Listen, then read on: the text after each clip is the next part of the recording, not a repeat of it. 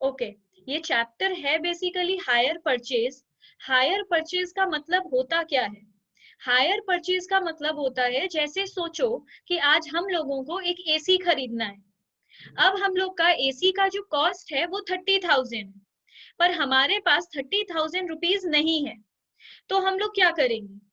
EMI में हम लोग एक परचेज करना जानते हैं, जिसे ईएमआई परचेज कहते हैं, कि पहले कुछ डाउन पेमेंट दे दो, 30,000 में कम से कम 5,000 भी दे दो, और बाकी जो 25,000 है वो 5 बार में 5,000 5,000 करके दे देना। ये हम लोग सुने हैं। ईएमआई को अकाउंटिंग में कहते हैं इंस्टॉलमेंट परचेज। ईएमआई जो हम लोग करते हैं ना, उसे कहते हैं इंस्टॉलमेंट परचेज। पर ये है हायर परचेज। तो इंस्टॉलमेंट परचेज में और हायर परचेज में क्या डिफरेंस है? एक्चुअली हायर परचेज ही इंस्टॉलमेंट परचेज है। हायर परचेज में भी हम लोग यही करते हैं। अगर हम लोग के पास पूरा पैसा नहीं है, सोचो शॉप में गए, 30,000 का एसी पसंद किए, 30,000 का, पर हमारे पास 30,000 नहीं है, तो हम लोग बोलेंगे हम लोगों को हायर परचेज करना है, इंस्टॉलमेंट परचेज नहीं, हायर परचेज करना है। तो इसका क्या मतलब होगा? हायर परचेज में भी डाउन पेमेंट करना पड़ेगा, हायर परचेज में भी हम लोग हर महीना या हर साल थोड़ा थोड़ा रुपया देंगे, वो चीज सेम है। डिफरेंस क्या है? इंस्टॉलमेंट परचेज इंटरेस्ट फ्री होता है। जब हम लोग इंस्टॉलमेंट परचेज करते हैं तो हम लोग का कोई इंटरेस्ट नहीं लगता है। देखना, ईएमआई बोलता है 0% इंटरेस्ट में आपको देंगे, पर हायर परचेज में इंटरेस्ट लगता है। तो हमेशा याद रखना, हायर परचेज में इंटरेस्ट होता है। दूसरा डिफरेंस क्या है? इंस्टॉलमेंट परचेज में सोचो तुमने पहला साल इंस्टॉलमेंट भरा 5,000 रुपया, दूसरा साल भी इंस्टॉलमेंट तुमने भर दिया 5,000 रुपीज, पर तीसरा साल तुम लोगों ने इंस्टॉलमेंट नहीं भरा, तुम लोग फेल्ड हो गए।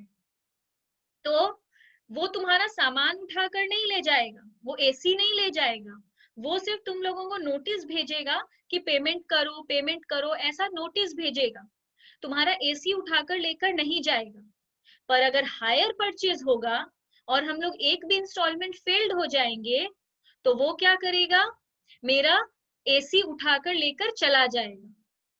तो इंस्टॉलमेंट में क्या होता है, जिस दिन हम लोग डाउन पेमेंट करते हैं उसी दिन हम लोग का ओनरशिप ट्रांसफर हो जाता है, ओनरशिप हम लोगों का हो जाता है। पर हायर परचेज में जब लास्ट इंस्टॉलमेंट देंगे उस दिन ओनरशिप ट्रांसफर होगा। जब तक लास्ट इंस्टॉलमेंट पे नहीं करेंगे, ओनरशिप हम लोगों का ट्रांसफर नहीं होगा, वो मेरा सामान कभी भी उठाकर लेकर चला जाएगा। देखो इलस्ट्रेशन 1, मैं सम पढ़ रही हूँ, सम देखो। A Limited purchased a machine on hire purchase from Z Limited on January 1, 1989. A Limited हम लोग है, हमेशा परचेजर बनकर ही सम को करना, तभी इजी लगेगा। तो हम लोग A Limited है, हम लोगों ने एक मशीन खरीदा है हायर परचेज में। किससे खरीदा है? Z से खरीदा है, 1 जनवरी 1989 को। पेइंग 8,000 इमीडिएटली, 8,000 तुरंत दे दिए। ये जो तुरंत दे दिए इसको कहते हैं डाउन पेमेंट, जो तुरंत दे देते हैं उसको कहते हैं down payment. And agreeing to pay 3 annual instalment of 8,000 each, और हर साल हम लोग 8,000 रुपया, मतलब 8,000 रुपीज हम लोग इंस्टॉलमेंट भरेंगे।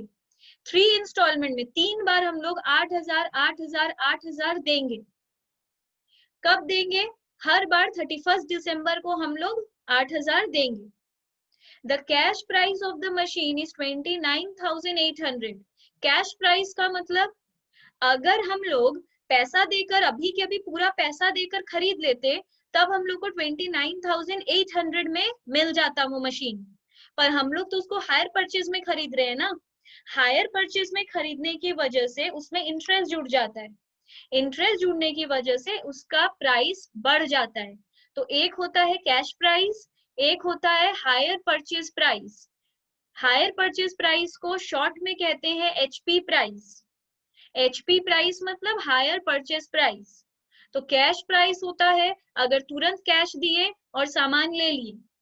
एचपी प्राइस होता है जो इंस्टॉलमेंट में हम लोग पे करेंगे। एचपी प्राइस कैश प्राइस से ज्यादा होता है। क्यों? कैश प्राइस में इंटरेस्ट नहीं लेता, एचपी प्राइस में इंटरेस्ट भी जुड़ जाता है, इसलिए एचपी प्राइस ज्यादा होता है।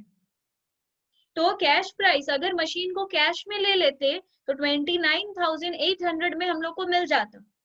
And the vendor charge interest at the rate 5% per annum. वो हम लोग से इंटरेस्ट कितना ले रहा है? 5% हर साल। Calculate the amount of interest paid by the buyer to the seller every year. बोल रहा है इंटरेस्ट एवरी ईयर कितना देगा। अब देखो एक चीज बताते हैं, हर साल इंटरेस्ट हम लोग का कमते जाता है, डिक्रीज होता जाता है। क्यों डिक्रीज होते जाता है? तो हर साल इंटरेस्ट क्यों कमते जाता है? देखो तुम लोग सिंपल बात सोचो, सम को भूल जाओ, जनरल लाइफ के बारे में सोचो। अगर तुम लोग लोन लेते हो तो सोचो 10,000 का लोन लेते हो और 10% इंटरेस्ट है, तो पहला साल किस पे देना पड़ेगा? पूरा 10,000 पे 10% देना होगा। हम दिखाते हैं।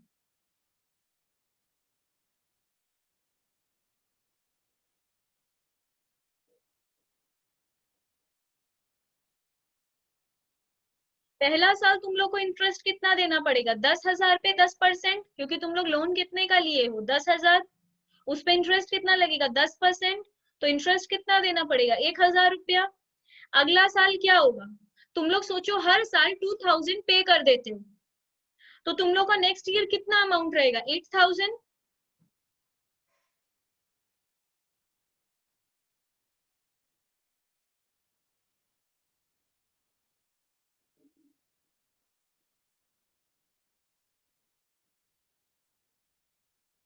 तो हम 5 साल का कर नहीं रहे, हम तुम लोग को दिखा रहे हैं कि हर साल हम लोग का इंटरेस्ट का अमाउंट गिरते जाता है, क्योंकि हम लोग का लोन का अमाउंट कम होता जाता है, क्योंकि हम लोग लोन पे ऑफ भी करते जा रहे हैं। तो यहाँ पर क्वेश्चन में बोल रहा है कि हर साल हम लोग कितना इंटरेस्ट पे करेंगे। 3 साल हम लोग इंस्टॉलमेंट दे रहे हैं, तो बताओ हम लोग 3 साल में इंटरेस्ट कितना दे रहे हैं। देखो इसमें हम लोग को बोल रहा है कि अच्छा इंटरेस्ट का अमाउंट है कितना, ये हम लोग को पहले निकालना होगा। तो देखो कैश प्राइस कितना है?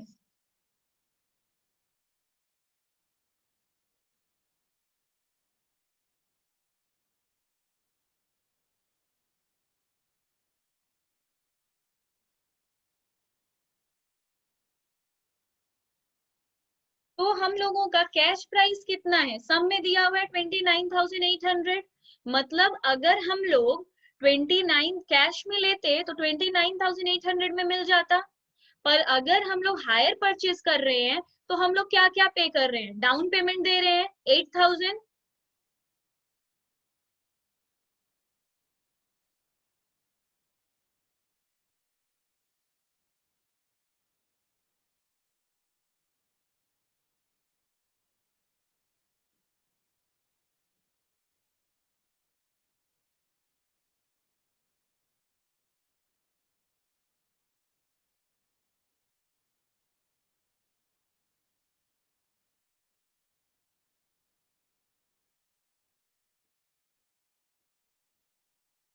अगर हम लोग हायर परचेज में ले रहे हैं तो वो हम लोग से कितना ले रहा है? डाउन पेमेंट ले रहा है 8,000, और बोल रहा है 3 बार 8,000 8,000 8,000 दो।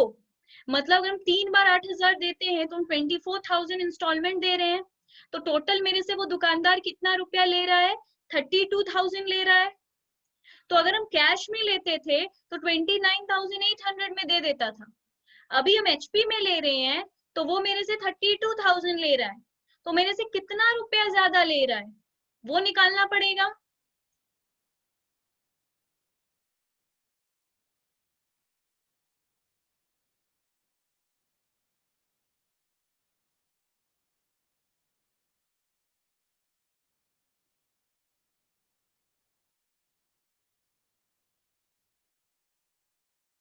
तो वो मेरे से जितना ज्यादा ले रहा है वो सिर्फ इंटरेस्ट का ज्यादा ले रहा है, इंटरेस्ट की वजह से ज्यादा ले रहा है।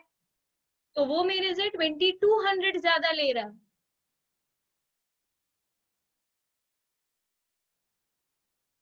ठीक है, तो इतना तो हम समझ गए, हम टोटल इंटरेस्ट कितना दे रहे हैं, 22,000 हम इंटरेस्ट दे रहे हैं। अब हम लोग क्या करेंगे, एक टेबल बनाएंगे जिसमें हम लोग को अलग अलग 3 साल का इंटरेस्ट मांगा है। देखो सम में टोटल इंटरेस्ट निकालने नहीं बोला, बोल रहा है calculate the amount of interest paid by the buyer to the seller every year. हर साल उसने कितना इंटरेस्ट दिया है, तो इसको कैसे करेंगे।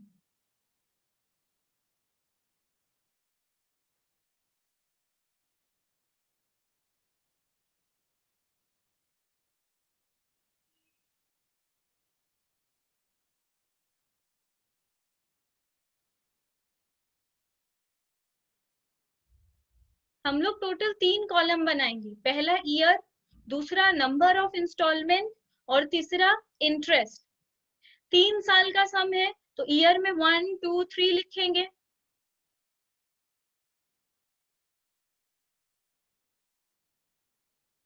देखो अब एक चीज और समझना होगा, हम ये बेस दे रहे हैं क्योंकि इसमें जो सम्स होता है आगे वो थोड़ा डिफिकल्ट होता है, इसलिए हम इतना स्लो जा रहे हैं, क्योंकि बड़े बड़े सम्स का ये एक वर्किंग्स बन जाता है।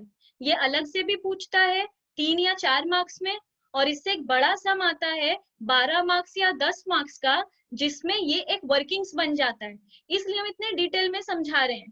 ठीक है, अब देखो अगर हम लोगों को नंबर ऑफ इंस्टॉलमेंट निकालना है तो सबसे ज्यादा इंटरेस्ट किस में रहेगा, पहला साल। उससे कम इंटरेस्ट किस में रहता है, दूसरे साल में। उससे कम इंटरेस्ट कहाँ रहता है, तीसरे साल में। तो हम लोग इंस्टॉल नंबर का इंस्टॉलमेंट जो है वो उल्टा लिखेंगे, 3 2 1।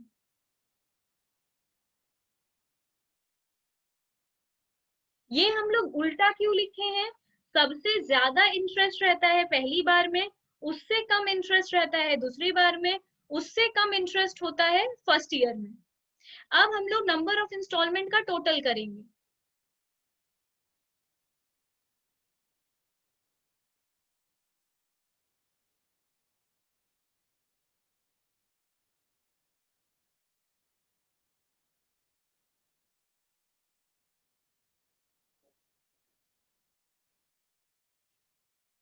तो सब इंटरेस्ट था टोटल 2200, उसमें 3/6 मतलब 1100। 1100 रुपीज है हम लोग का सबसे पहले वाले में, दूसरे वाले में 2/6 मतलब 733, और तीसरे वाले में है 2200 डिवाइडेड बाई 6 दैट इज 367। तो इस तरह हम लोग का 3 साल का इंटरेस्ट है, पहला साल 1100 रुपया इंटरेस्ट दिए हैं, दूसरे साल 733 का इंटरेस्ट दिए हैं, और नेक्स्ट ईयर 367 का इंटरेस्ट दिए हैं। अब हम लोग को इलस्ट्रेशन 3 दिया है, इसमें हम लोग को बोल रहा है Renuka purchased a machine on January 1 1986 on hire purchase basis for ₹5,000 payable as under। हम लोगों ने एक मशीन खरीदा है 1/186 में, और on hire purchase basis for 5,000, कितने का मशीन खरीदा है, 5,000 का। डाउन पेमेंट किया है हम लोगों ने 930। At the end of first year मतलब फर्स्ट इंस्टॉलमेंट दिया है हम लोगों ने 1426, सेकेंड इंस्टॉलमेंट दिया है 1804, थर्ड इंस्टॉलमेंट दिया है हम लोगों ने 840। तो इसमें अलग अलग इंस्टॉलमेंट का अमाउंट है।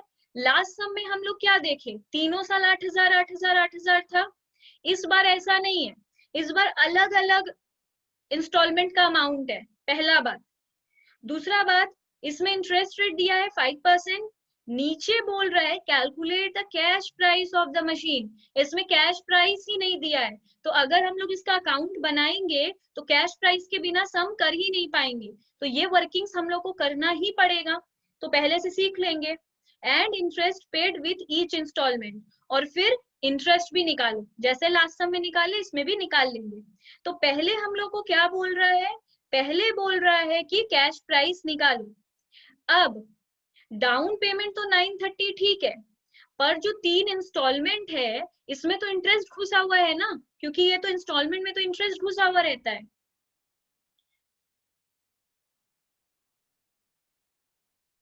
देखो तो हम लोग को क्या बोल रहा है, कैश प्राइस निकालने, हर साल का जो इंस्टॉलमेंट है उसमें तो इंटरेस्ट घुसा हुआ है। हम लोग को सिर्फ कैश प्राइस चाहिए, कैश प्राइस में इंटरेस्ट नहीं होता है क्योंकि हम लोग कैश देकर खरीदते हैं, तो कैश प्राइस में इंटरेस्ट नहीं होता है। और अगर सारा इंस्टॉलमेंट ये सबको प्लस कर देंगे तो एचपी प्राइस आ जाएगा। डाउन पेमेंट प्लस इंस्टॉलमेंट करेंगे तो हायर परचेज प्राइस आ जाएगा जिसमें इंटरेस्ट रहता है। तो हम लोग का काम है कैश प्राइस निकालना, तो हेडिंग दो कैलकुलेशन ऑफ कैश प्राइस।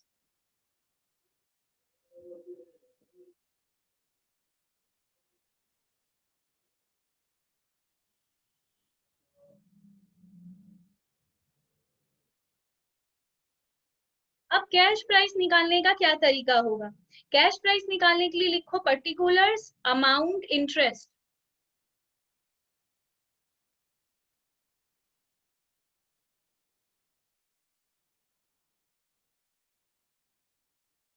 ठीक है, इसमें देखो, सबसे पहले इसमें हमेशा लास्ट इंस्टॉलमेंट से शुरू करना। हायर परचेज में जब भी वर्किंग्स करना हमेशा लास्ट से ही शुरू करना। उसमें भी पहले हम लोग 3, 2, 1 लिखे थे, इसमें भी हम लोग पहले थर्ड इंस्टॉलमेंट लिखेंगे, हमेशा उल्टा से करना।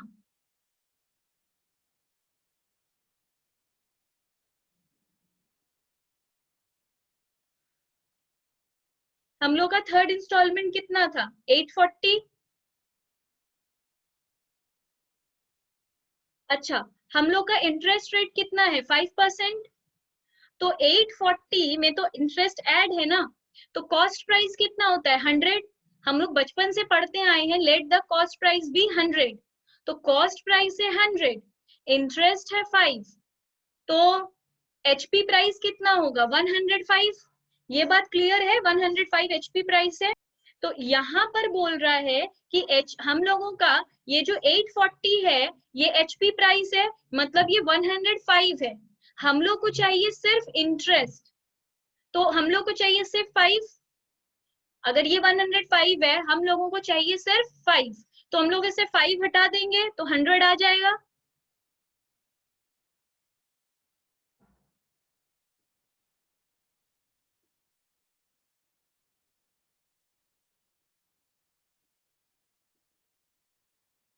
ये हम क्या किए, ये 840 जो है वो 105 है, तो ये 840 जो है वो डिवाइड होता है, हमको जो चाहिए वो इनटू होता है।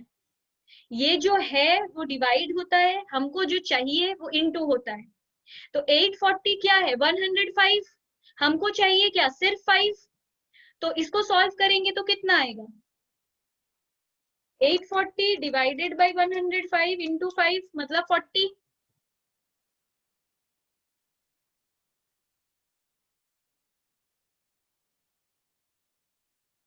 तो इस 840 में इंटरेस्ट कितना घुसा हुआ था? 40 रुपीज। तो अगर 840 से इंटरेस्ट हटा दें तो कैश प्राइस आ जाएगा 800, और 40 इंटरेस्ट के कॉलम में लिख दिए क्योंकि अलग से इंटरेस्ट निकालने भी बोला था।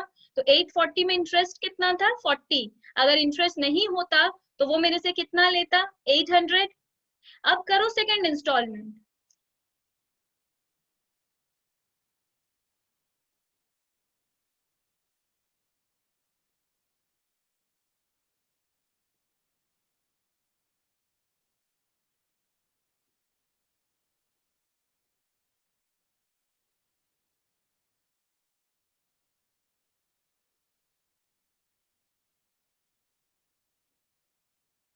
अब ये हम लोग का बन गया टोटल अमाउंट, इससे सेम इंटरेस्ट हटाएंगे। तो अभी 2604 105 है, इससे हम लोग 5 हटाएंगे।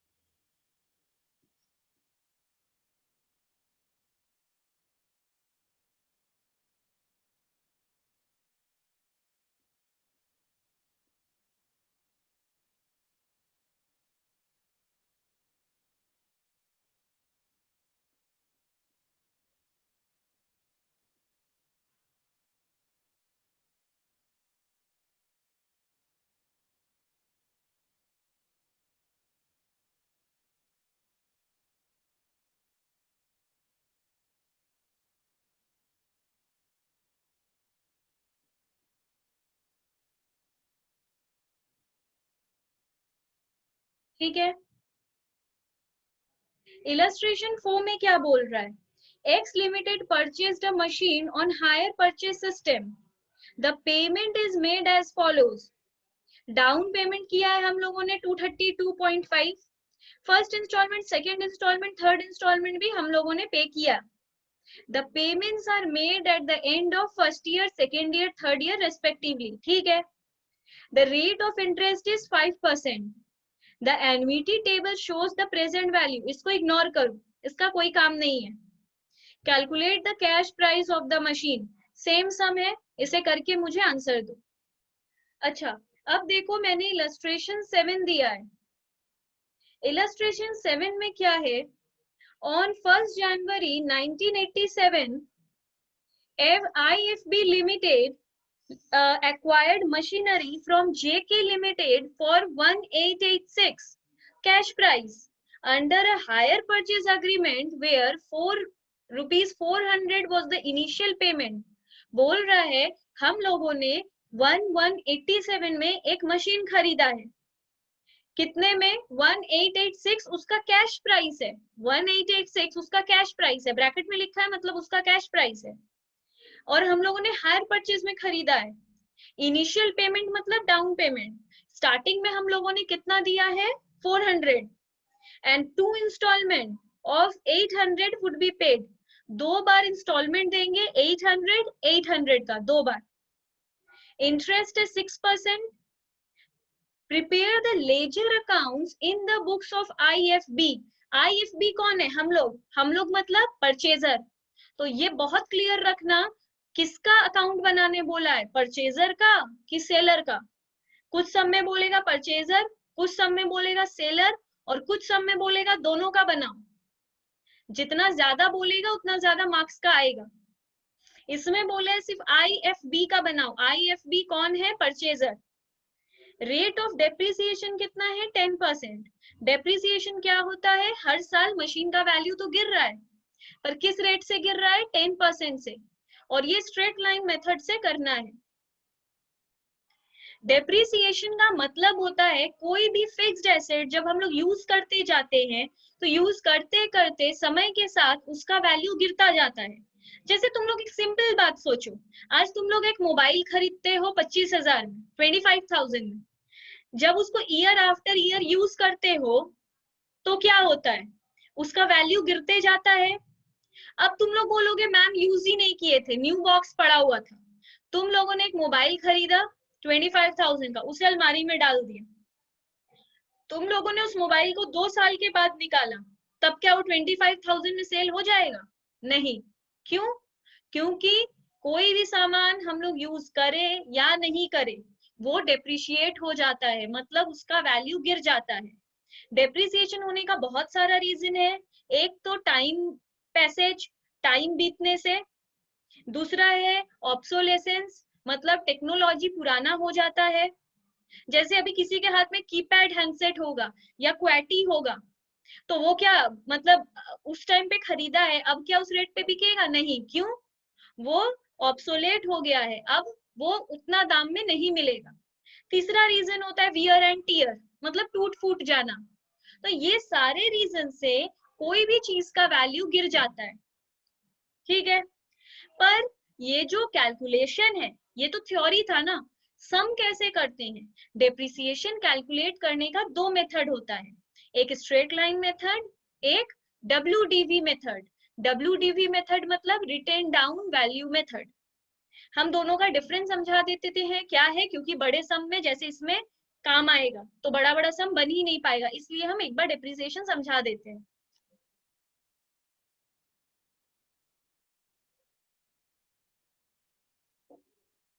हम स्ट्रेट लाइन मेथड को SLM लिखे हैं. WDV मतलब रिटेन डाउन वैल्यू मेथड. ठीक है. इसमें होता क्या है देखो.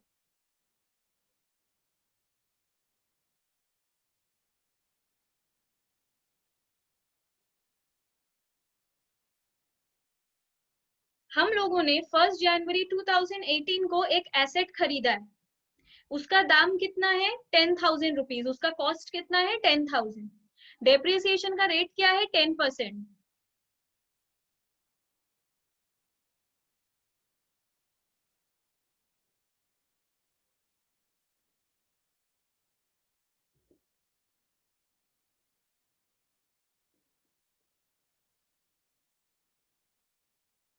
तो 1 साल के बाद उसका डेप्रिसिएशन होगा। डेप्रिसिएशन जब होगा तो 10,000 का 10% डेप्रिशिएट हो गया, मतलब वैल्यू गिर गया। 10,000 का 10% 1,000 होता है। तो 10,000 का था, 1,000 उसका वैल्यू गिर गया, तो अब उसका वैल्यू कितना है? 9,000। अब ईयर आफ्टर ईयर उसका वैल्यू 1,000 1,000 1,000 से गिरता रहेगा।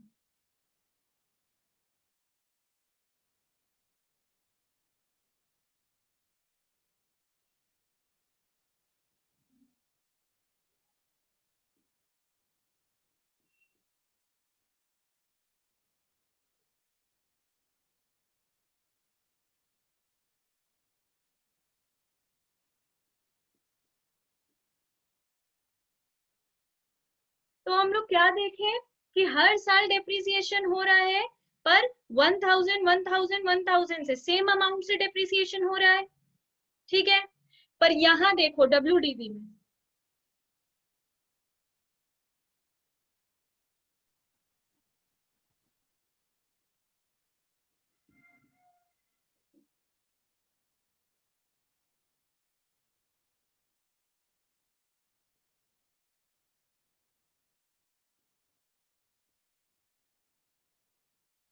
हम लोग इसमें क्या देखें कि उसमें फिक्स्ड अमाउंट से डेप्रिसिएशन हो रहा था, एक बार निकाल लिए, हर बार वही 1,000 1,000 डेप्रिशिएट हो रहा था। इसमें हम लोग क्या देखें, 10,000 के ऊपर 10% 1,000, मशीन का वैल्यू कितना हो गया? 9,000। अब डेप्रिसिएशन होगा 9,000 के ऊपर, 9,000 का 10% मतलब 900। तो मशीन कितने का बचा? 8,100। अब डेप्रिसिएशन किसके ऊपर लगेगा? 8,100, मतलब जितना का मशीन बच जाएगा उसके ऊपर डेप्रिसिएशन लगेगा। पर इसमें एक बार जो डेप्रिसिएशन लग गया, हर साल वही डेप्रिसिएशन हो रहा है।